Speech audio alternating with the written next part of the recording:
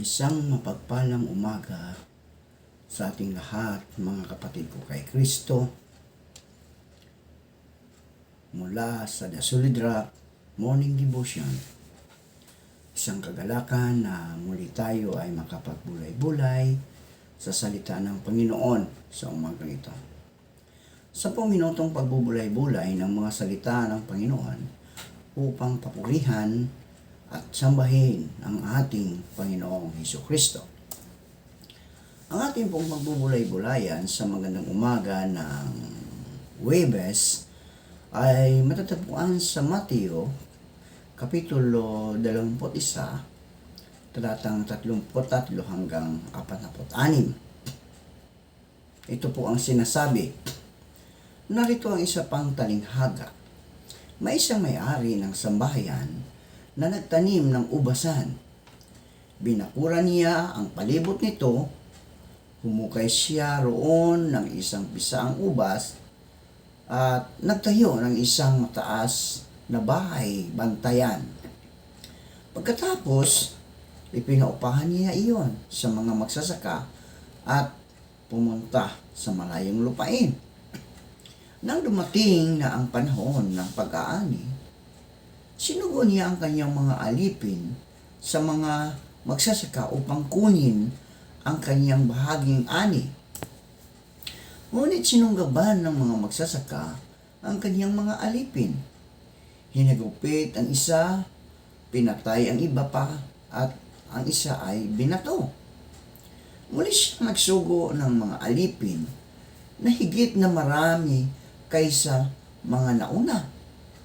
Gayon din ang ginawa sa kanila ng mga magsasaka. Sa huli ang kaniyang anak na lalaki ang kaniyang sinugo sa kanila na sinasabi, igagalang nila ang aking anak.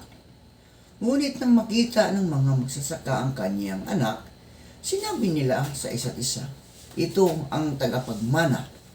Hali kayo, patayin natin siya at kunin natin ang kaniyang mamanahin. Sinunggaban nila siya. Itinapon nila siya sa labas ng ubasan at pinatay. Sa pagbabalik nga ng Panginoon ng ubasan, ano ang kanyang gagawin sa mga magsasakang iyon? Sinabi nila sa kanya, walang awa niyang pupuksain ang lahat ng mga tampalasang iyon. Ang ubasan naman ay ipaupahan niya sa ibang magsasaka na magbibigay sa kanya ng bahaging ani pagdating ng panahon. Sinabi ni Jesus sa kanila, hindi ba ninyo kailanman nabasa sa kasulatan, ang batong itinakwil ng mga tagapagtayo ay siya ring naging batong panulok. Ginawa ito ng Panginoon at kangahanga sa ating mga paningin. Kaya nga, sinabi ko sa inyo, ang paghahari ng Diyos ay aalisin sa inyo at ibibigay sa bansang nagbubunga ng nararapat sa paghahari dito. Ang sinumang bumagsak sa ibabaw ng batong ito ay magkakapira-piraso at ang sinumang mabagsakan nito ay madudurog. Nang marinig ng mga pinunong saserdote at ng mga parisiyo ang talinghagang ito, naunawaan nila na sila ang tinutukoy niya. Uhulihin sana nila siya, ngunit natakot sila sa napakaraming tao sapagkat kinikilala nila siya na isang propeta. Manalangin tayo. Dakila at mapagkumbabang Diyos, maraming salamat muli sa inyong pagpapaunawa ng kahulugan at kahalagahan ng kadakilaan na nakaugat sa kapakumbabaan. Salamat sa inyong anak na si Jesus na sa pamagitan niya ang lahat ay nagkaroon ng kahulugan at nabigyang halaga ang bawat isa na bagaman nagkasala, tayo ay tinubos at binigyan ng pagkakataong ipanauli ang ugnayan at relasyon sa isa't isa. Samahan at gabayan niyo po kami sa tuwina na aming bigyang pansin at kahulugan ang kadakilaan at kapakumbabaan. sa tanging pangalan lamang ni Jesucristo na aming Panginoon at tagapagligtas. Amen. Sa salitang sa talinghagang ito, inuupahan ng may-ari ng lupa ang kanyang ubasan sa mga nangungupahan at ipinadala ang kanyang mga alipin upang mangulikta ng bahagi ng ani na utang sa kanya ng mga nangungupahan.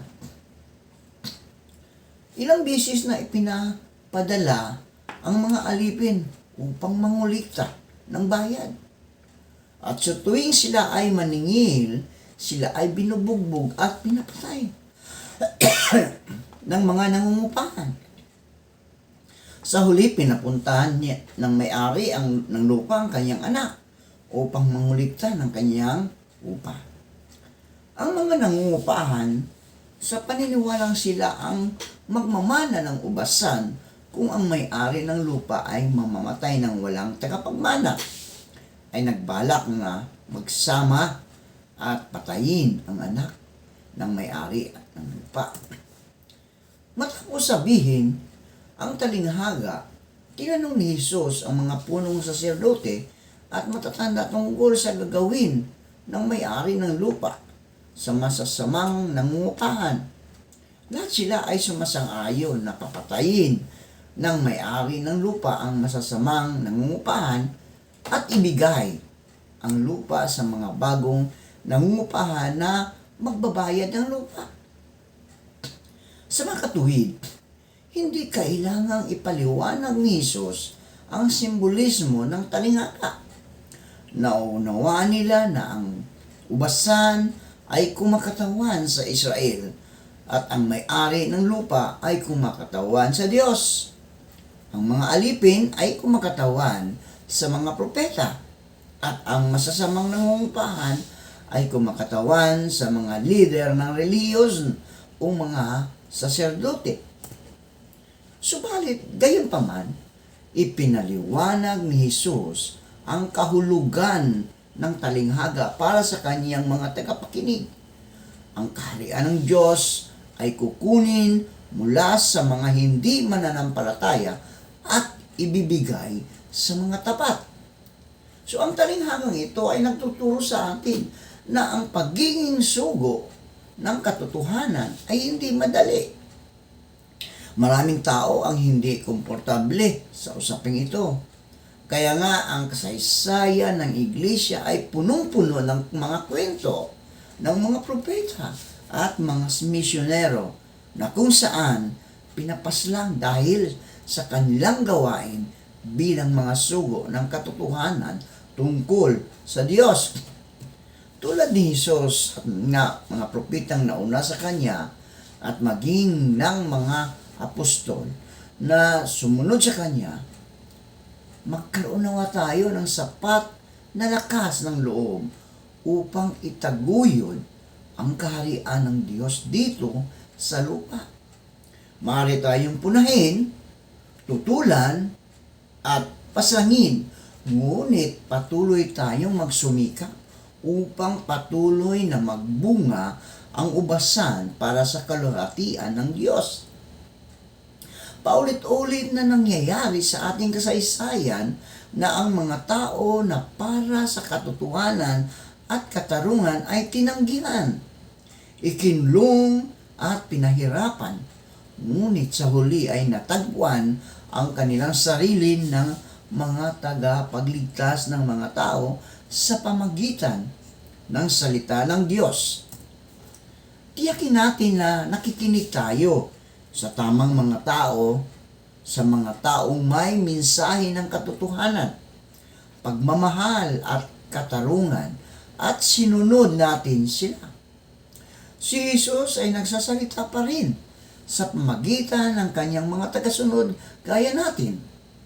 Kaya ating pagsumikapan na ang ating mga itinuturo at sinasabi ay magdudulot ng kapayapaan at kaligtasan sa bawat isa. Kung ito ay sa tingin natin ay totoo at tapat at naaayon sa kagandahang loob ng Diyos. gawin natin ito. Ngunit kung ang ating sasabihin at gagawin ay magpapanig sa kasamaan, kasuklaman natin ito dahil ito ay magdudulot ng kamalian sa ating mga hinaharap. Nasaan ang katarungan dito? Ha? Marahil ito ang agad nating maitatanong sa kwentong ating binasa. Lubhang napakabait ng may-ari ng ubasan. Matapos niyang mapaganda at maitanim ng maayos ang mga pananim sa ubasan, kanya itong iniwan at inahabilin sa mga kasama o katiwala na inasahan niyang mag-aalaga sa nasabing ubasan at ibibigay ang kanyang bahagi sa panahon ng pag-ani. Sa palagay ninyo, anong katangian ang nais ipakita ng may-ari ng ubasan? Paano niya natitiyak na siya ay hindi dadayain ng mga taong pinagkakatiwalaan niya? Bakit kaya hindi niya ipinagkatiwala sa kanyang mga alipin ang ubasan? No? So harvest time na, no? Aanihin na ang mga ubasan. Nagsugo ang may-ari ng ubasan sa mga kasama upang kunin ang kanyang bahagi. Ngunit sa di inasahang pagkakataon, sa halip na ibigay ang bahagi ng may-ari ay ano nangyari? Ha? Ano ang resulta? Pinatay ng mga kasama ang ilang alipin at binugbog naman ang iba. Ang resulta, walang dala ng ibang alipin na hindi pinatay. Nagsugo ulit ang may-ari ng ubasan ng mas maraming alipin. Subalit, gayon din ang ginawa ng mga kasama sa mga alipin. Kaya nagpasyang isugo ng may-ari ang kanyang kaisa-isang anak sa pag-asang ito'y kikilalanin at igagalang ng mga kasama dahil ito ang anak ng may-ari. Taliwas sa inaasahan ng may-ari, pinagkaisahan ng mga kasama na patayin ang anak na ito upang walang magmamana sa ubasan sakaling mamatay ang may-ari ng ubasan at madali na para sa kanila na angkinin ang nasabing ubasan. Bilang mananampalataya, mga kapatid, kay Kristo, inaasahan ng Diyos sa atin na tayo mismo ang mauunang tumayo sa katotohanan. Yamang ating ipinangaral na ang katotohanan ay magpapalaya sa tao. At bilang mga anak ng Diyos, sumasampalataya tayo na ang Diyos natin ay Diyos ng katotohanan at walang anumang kamalian o kasinungalingan na matatagpuan sa Kanya. Mahirap tumindig sa katotohanan, mga kapatid ko kay Kristo. Pero alam nating may kaakibat na panganib sa ating buhay o mga mahal sa buhay kung gagawin natin ito. Subalit, may pagkakataong kinakailangan nating gawin ito.